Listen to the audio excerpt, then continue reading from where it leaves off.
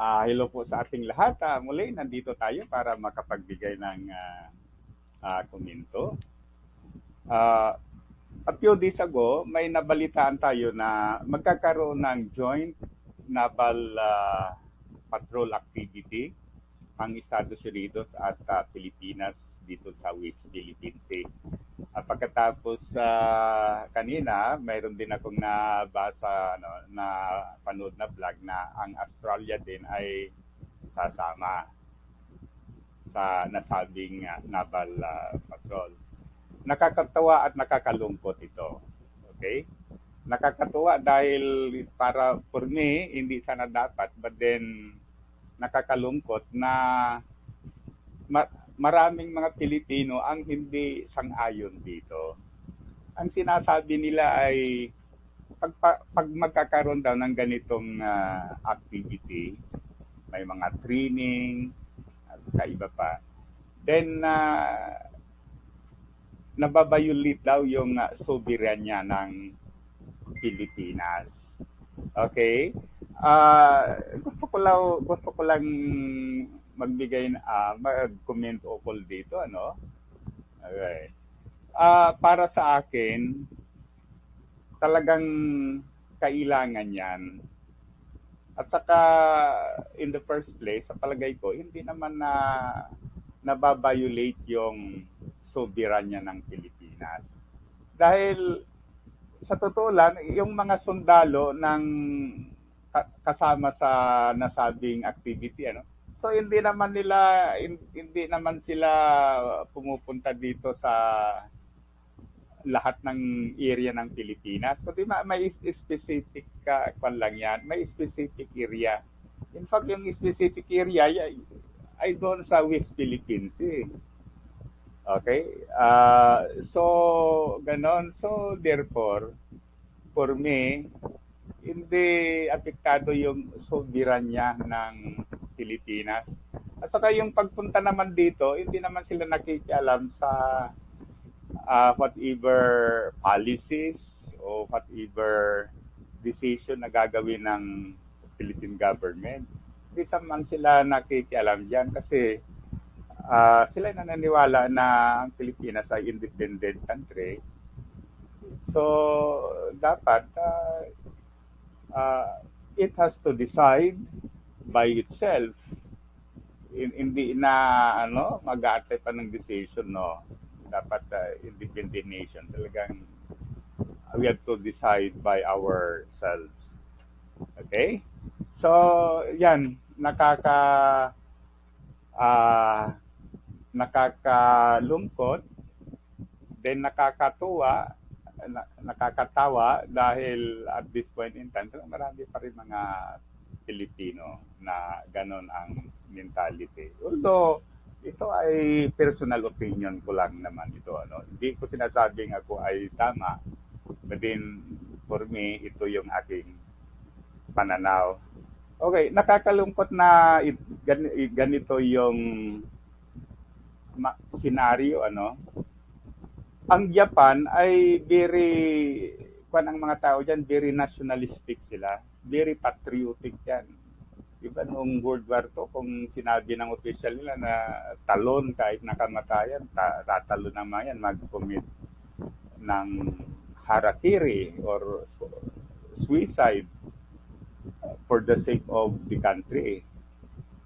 Talagang grabe yung kanilang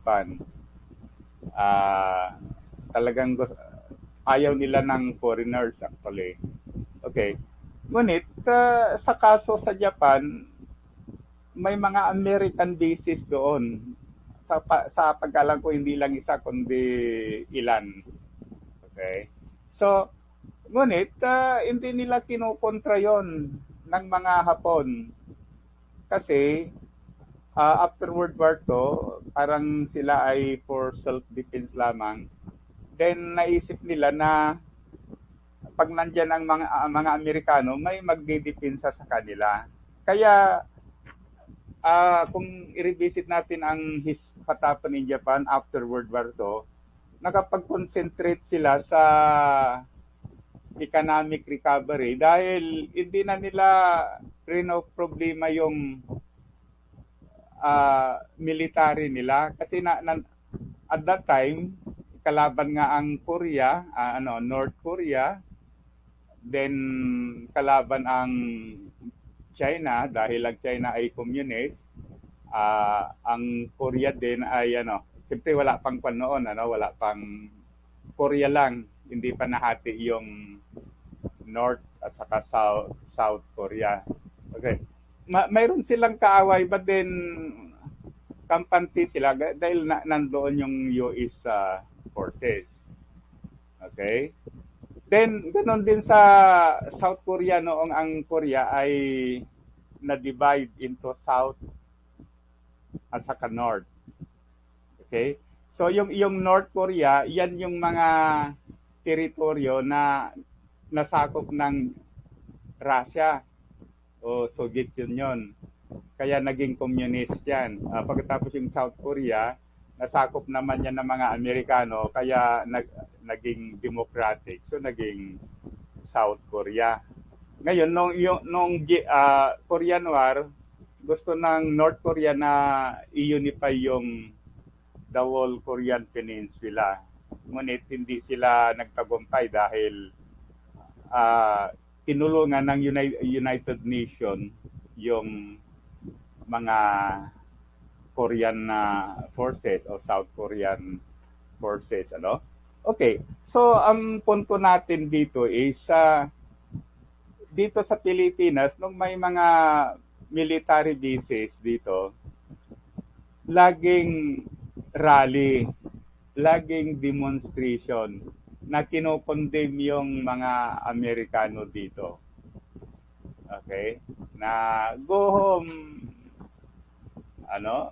go home Americans, we do not want you here in the Philippines. Parang ganon ang mentality natin mga Pilipino. Kaya siguro napuno na rin yung mga Amerikano, then talagang gusto nilang umalis.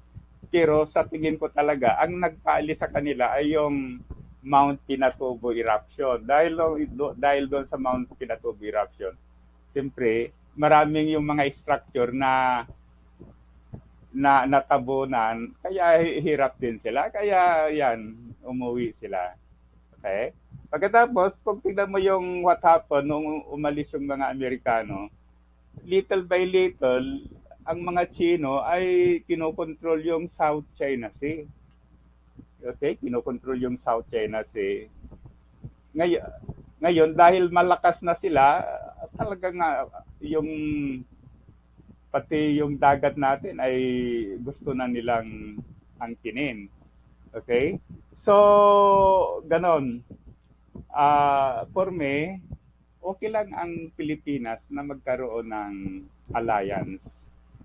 Kasi hindi natin kayang banggain ang China dahil mali tayo compared sa kanila na malaki sila. Kaya we need some other countries na more powerful para ma-counterbalance ang lakas ng China. Okay, so ganun sana ang pan natin.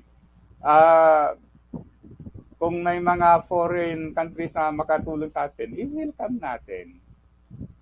Kung napapasin naman natin na inaabuso tayo, yurakan ang pagka-nationalismo natin, labanan natin. Pero sa mga panahon ngayon, sa palagay ko, nandito yung mga kaalyansa ng Pilipinas. Gusto nilang tumulong dahil talagang gusto nilang i-preserve yung freedom of navigation sa South China Sea. Then, dahil dyan, talagang dapat tutulong sila sa pagdepensa sa Pilipinas. Otherwise, kung makuha ito ng mga China, so automatic, ang South China Sea ay magiging teritoryo ng China yan. So, hindi na basta-basta makakapasok yung mga barko ng Japan, ng United States, South Korea, mga Singaporean, Malaysian, so on. Kaya ganon ang scenario. Okay? So kayong mga Pilipino, let us wake up. Isipin natin na yung lagi, what is the best for the country? For our part naman, hindi tayo anti-foreigners, hindi tayo anti, ano, hindi tayo pro-foreigners, hindi tayo pro-China, hindi tayo pro-American, hindi tayo pro-European.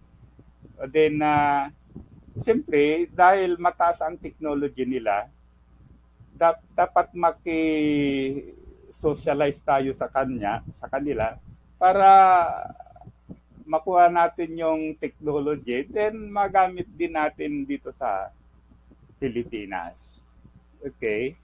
Uh, no country can stand alone in this period of history. Dapat may interdependence. Okay? So muli, thank you. Sana i-like at saka subscribe sa ating YouTube channel. Mabuhay tayong mga Pilipino.